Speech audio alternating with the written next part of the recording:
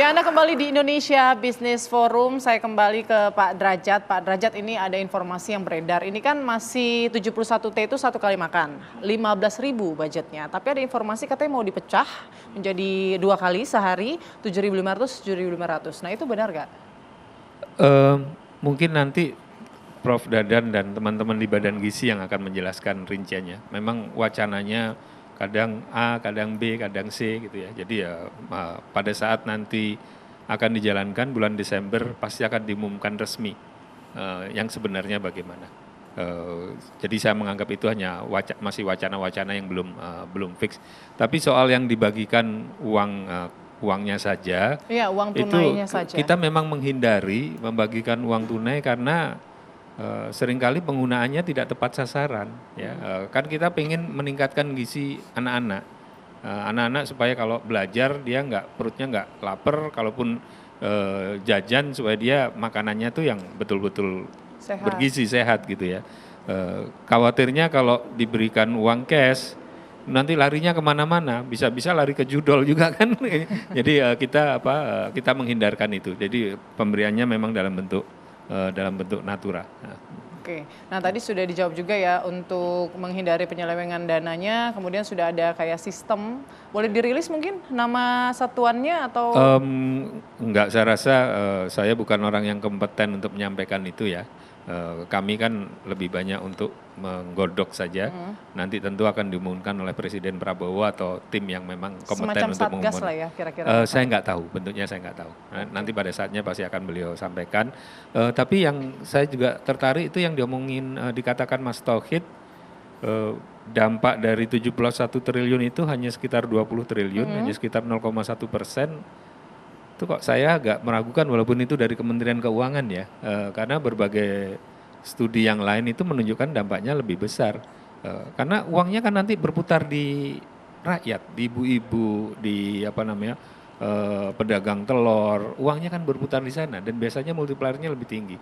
Mungkin saya harus cek modelnya mungkin nanti ya, saya nggak ingin mengatakan itu salah, tapi saya ingin mengatakan bahwa tampaknya itu sesuatu yang perlu dipertanyakan, meskipun keluarnya dari Kementerian Keuangan. Tapi kan ada kebutuhan impor tadi mungkin yang membuat jadinya berkurang manfaatnya. Enggak juga kan, impornya nanti akan disesuaikan kebutuhannya, disesuaikan dengan kondisi yang ada. Jadi enggak langsung digenjot sekian begitu, enggak.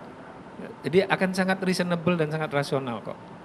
Karena Pak Prabowo kan inginnya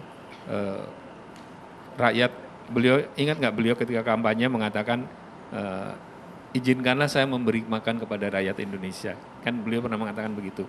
Nah, jadi beliau pengennya itu, dan pelaksanaannya tentu akan melihat situasi dan kondisi yang ada. Nah, untuk yang tingkat anak sekolah itu dimulai di awal tahun. Nah, rencananya untuk yang ibu hamil seperti itu kapan tuh kira-kira Pak? Ibu hamil juga langsung dimulai di awal tahun ya. Pokoknya semua yang ada di 8 program hasil terbaik cepat, itu mungkin 2 yang akan disegerakan, makan bergizi gratis, dan 1 lagi kartu-kartu Mas Tauhid.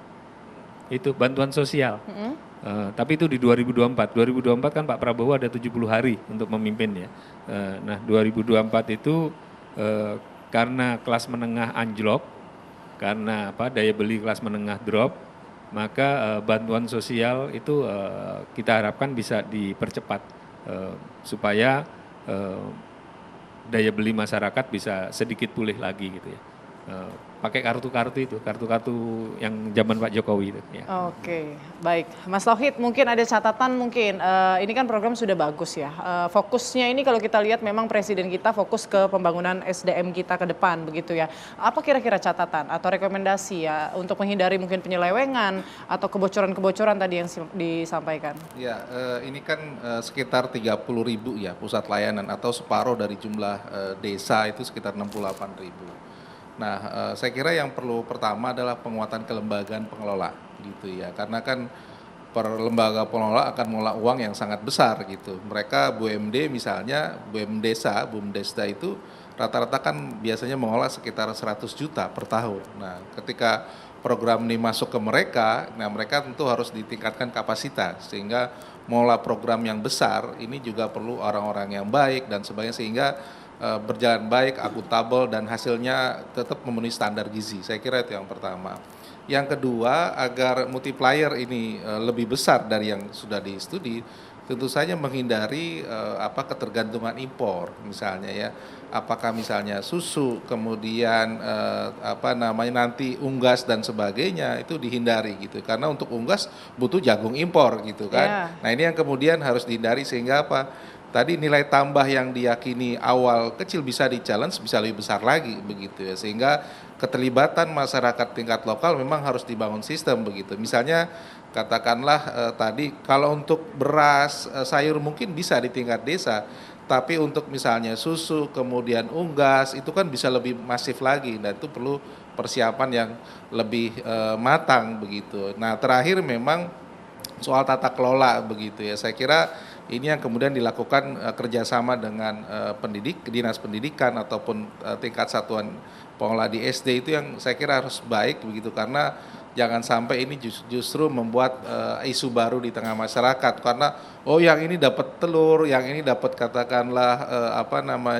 susu dan sebagainya, jadi padahal standar ya. Gitu ya. Ini yang kemudian harus juga pengelola juga memahami masalah-masalah ini kemudian hari. Oke, baik Pak Taufik.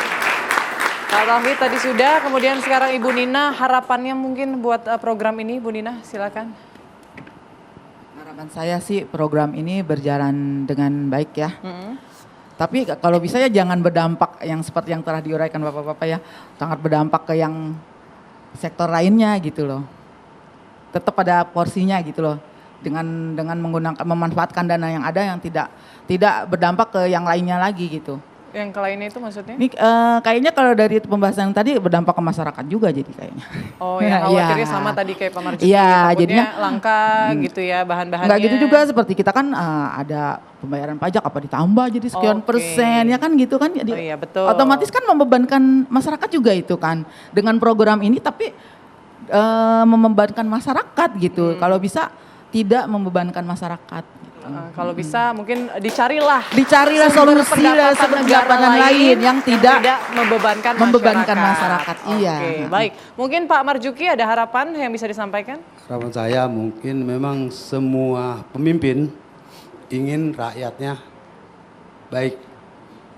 Jadi kita doakan aja semua untuk rakyat dan untuk rakyat juga. Sekian. Baik. Kemudian berarti harapan atau apa ya, kalau secara pribadi gitu Bapak mungkin berharap lebih dari makan bergizi gratis ini, harapan lainnya untuk pemerintah? Ya, untuk pemerintah memang semua juga memang pengennya warganya, rakyatnya maju. Tinggal kita menyikapinya bagaimana. Itu. Yang penting pemerintah itu masih ingat rakyatnya. Rakyat yang susah dipikirin, apalagi yang kaya. Mungkin hanya itu yang dari saya. Baik, terima kasih Pak Marjuki, Bu Nina, terima kasih Pak Derajat dan Pak Tauhid sudah bergabung malam hari ini di Indonesia Business Forum. Kita tunggu ya realisasi yang nyatanya nanti di awal tahun, tapi memang kita tahu niat dari pemerintahan ke depan ini baik, membangun SDM kita menjadi SDM yang berkualitas. Saya Putri Windesari pamit, terima kasih. Sampai jumpa.